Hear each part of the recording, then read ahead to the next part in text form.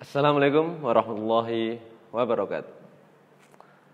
Dalam perkembangannya, ilmu ekonomi dibagi menjadi dua. Yang pertama adalah mikroekonomi yang membahas tentang barang-barang tertentu dan perilaku individu pelaku ekonomi, seperti produsen dan konsumen. Dan yang kedua, ada makroekonomi yang membahas tentang kegiatan ekonomi secara agregat atau secara keseluruhan, seperti mempelajari, menghitung pendapatan nasional, pertumbuhan ekonomi, inflasi, pengangguran, investasi, dan kebijakan ekonomi. Dua ilmu ekonomi itu berkembang dari dua mazhab besar dalam sejarah pemikiran ilmu ekonomi. Yang pertama, ekonomi mikro itu identik dengan pemikiran-pemikiran dari mazhab klasik yang memiliki anggapan bahwa sebuah subjek ekonomi itu bertindak secara rasional. Yang kedua, bahwa subjek ekonomi itu memiliki informasi yang lengkap tentang situasi pasar. Yang ketiga, bahwa mereka produsen dan konsumen mampu menyesuaikan perubahan yang terdapat di pasar.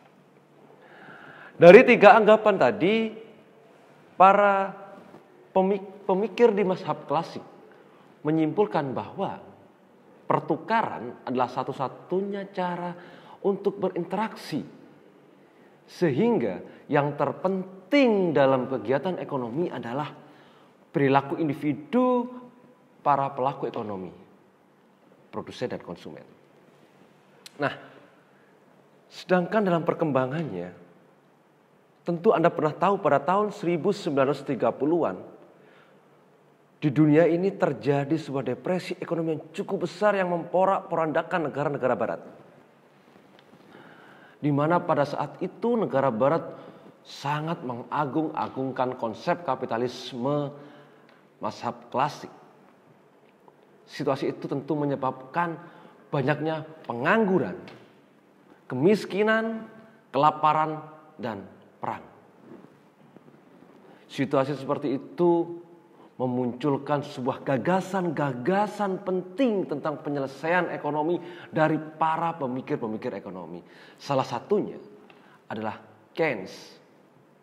Mereka berpendapat bahwa dalam situasi ini pemerintah harus dan wajib ikut campur tangan dalam menyelesaikan permasalahan pengangguran, kemiskinan, dan seterusnya melalui variabel-variabel ekonomi secara agregat. Dan mulai saat itu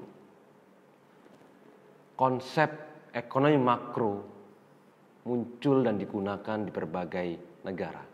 Dan revolusi Keynes melahirkan teori ekonomi makro. Oke, sampai sini. Terima kasih. Salam sukses. Assalamualaikum warahmatullahi wabarakatuh.